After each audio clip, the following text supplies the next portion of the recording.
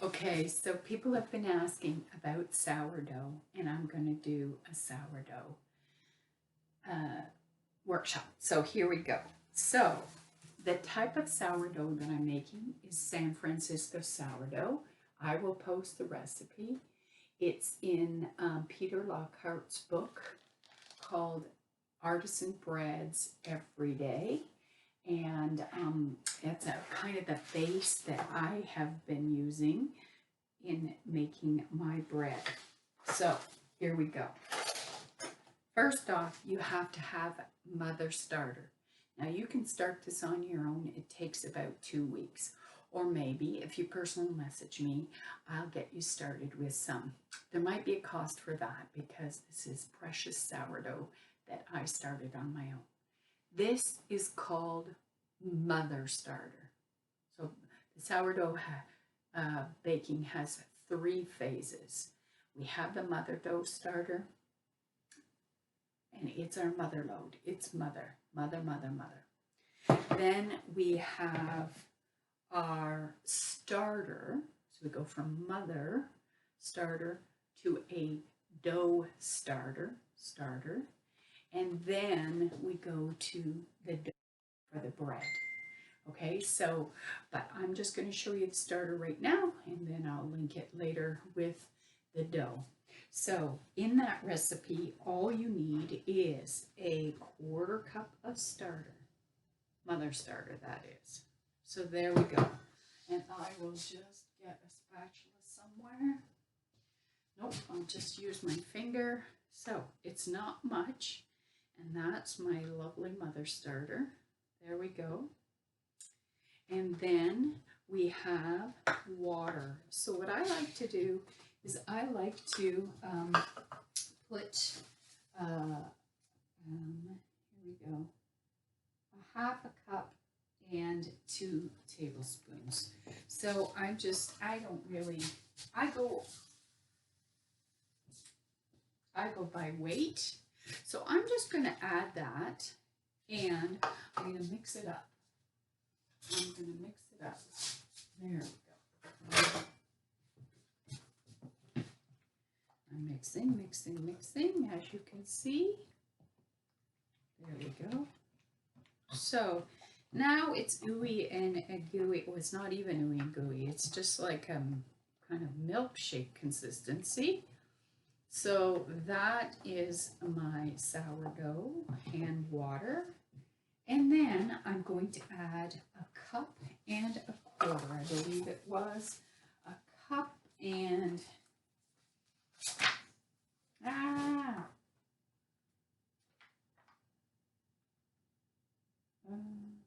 a cup and 3/4.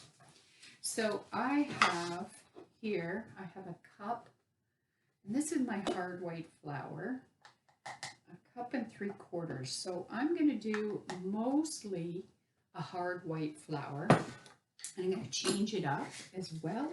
I always like to add some other flours in there, but basically the amount of flour that you use is what it's called in the recipe. And use more white flour than the other flours. So there we go. I'm just going to add that. And that was spelt. And then just a touch of rye, just to give it even more flavor. Now I do a rye bread, and it's a little bit different, but that's all I'm going to add. And now I'm going to mix it up. There we go. So this is my sourdough starter. Remember, it's not the mother starter. It's the starter before we do the dough. Now I need my wonderful tool here. And I'm just going to fold it into each other. And sourdough is a sticky dough. It's not, so my recommendation is that, and I'll just put it on my table right here, that you just dampen your hands a bit with water in order to work with it. Otherwise, it sticks. And so I'm just going to knead it just a little bit. And this will make 2 loaves of bread, but this is just, remember, it's just the starter. It's not my dough. And just, you can see it's very, very sticky, okay? So, again, just a little bit of kneading. Now, I'm going to put it back in here. There we go. And leave it covered for about 5 minutes, and then I'm going to just mix it up a little more and then let it rest. Now, I can let it rest for a couple of hours till it doubles in size, and I can make bread today, or I could put it in the fridge and make it tomorrow or the next day. So a lot of people panic about sourdough. My mother's starter, sometimes I don't use it for months and months and months, and I just replenish it or repurpose it. Not repurpose it, but you can do that too. I just take it down and reconstitute it. And then your sourdough you can put in the fridge for up to 5 days. So let's say I only want to make 1 loaf of bread instead of 2. I could make up the dough. I could leave this for a couple of days, make up the dough, put it back in the fridge, then take 1 out and make the bread. And then I'd still have 1 in the fridge. So there's lots of different things that you can do with your sourdough. So that's your sourdough starter. Bye for now.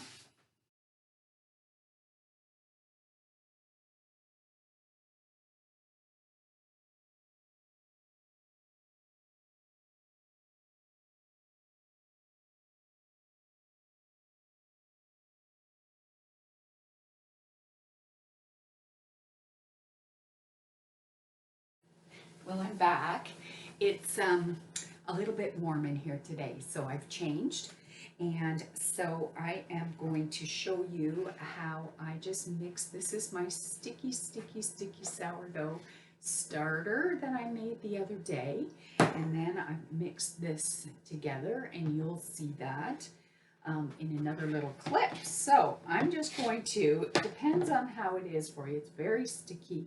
You can just break it apart with a knife or with your hands. There you go.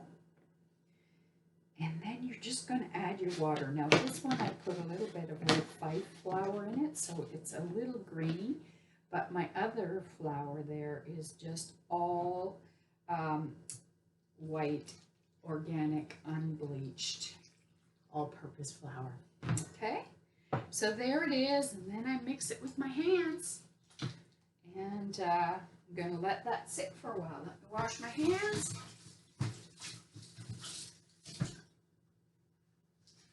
Okay.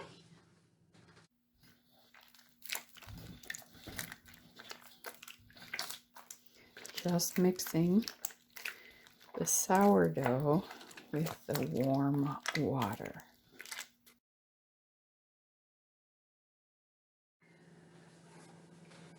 For my cousins and my sister, you'll know this bowl. This was my mother's bread bowl. So I am just going to put, my wet bowl in. So that's the starter and water. There we go.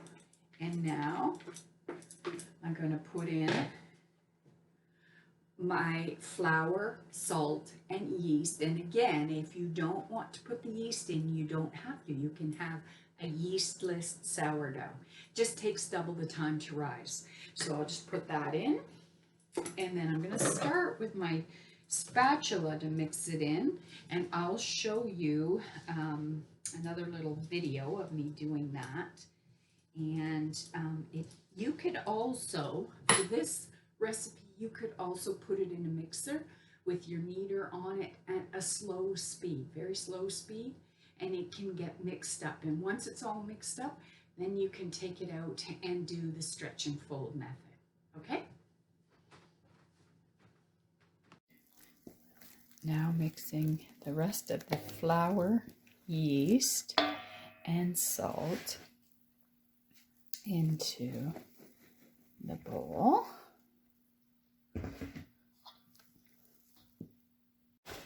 I'm using my scraper.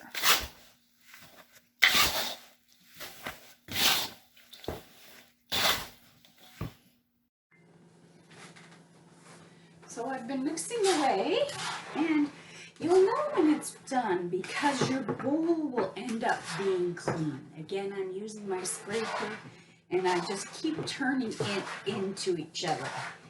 And it shouldn't take you more than a couple of minutes to do that. So there's my dough right there, and there's my bowl. It's pretty clean.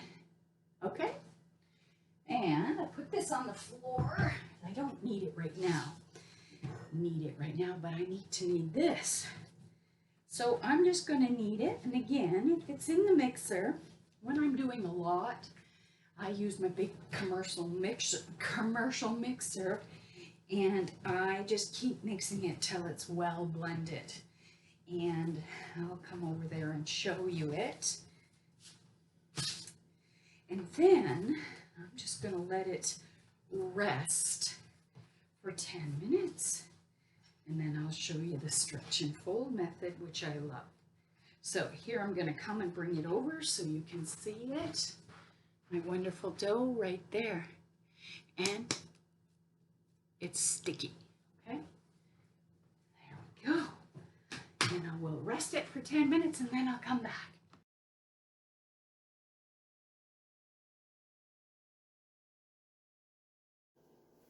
Okay, so I'm doing a little stretch and fold here and just want to show you it. Going to put water on my hands. So just have wet hands. I take my sourdough and you see it's not super dense.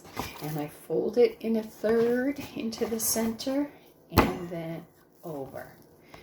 And now I do the same here, over and in, over and in, and that's it. So this has been my fourth stretch and roll, stretch and fold.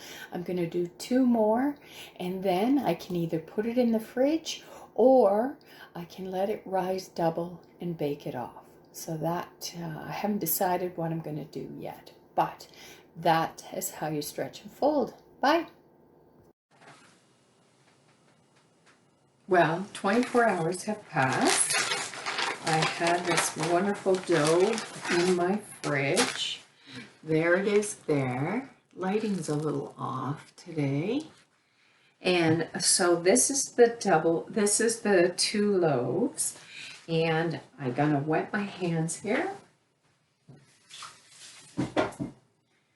And I should be able to just, because I greased my bowl, it should come out, and there, it looks quite lovely.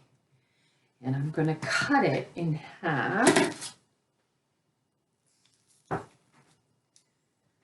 then I'm going to cut one of these in half because I'm going to make a couple of baguettes. So you can make your loaves bigger or smaller. Like you don't have to just do 2 loaves. If I make baguettes, I end up making 4 baguettes instead of just 2. And so I'm going to just stretch and fold. So again, just a little tap here. It's nice. It's got little. And the reason we stretch and fold, not only does it help with the gluten, but then you know how in sourdough bread you got nice big holes in it every once in a while. Well, that's because you folded it and it creates those wonderful little holes. So again, just going to fold it, and now that bowl that I just took it out of, these bowls, little white bowls, I got at the dollar store for $1. And when I was making 20 loaves of bread at a time, I just used these. What I'm going to do is add just a little bit of oil, and you can use spray if you want, and then just dust it lightly with a little bit of flour. That way it will come out. And if you, or cornmeal or a little coarser flour, and then you put it back in. Now the fun thing I do, again, I'm trying to make bread cheaply and lots of them. So I use my nice big freezer bags, and I put that like that, cover it, and just let it rise. and I can bake it tonight, or I can put this in the fridge and bake it tomorrow. So that's just doing my loaf, and I'm just going to put that over here. Now I'm going to show you how to do the baguettes. So the baguettes, I'm just going to press it down, kind of stretch it out, and fold the ends just in slightly on them, on each other, so it looks like that, and then stretch a little bit more. And now I'm just going to roll in all the way, and there we go. And then we have our little baguette. I'll take my tray here, and I put parchment paper down.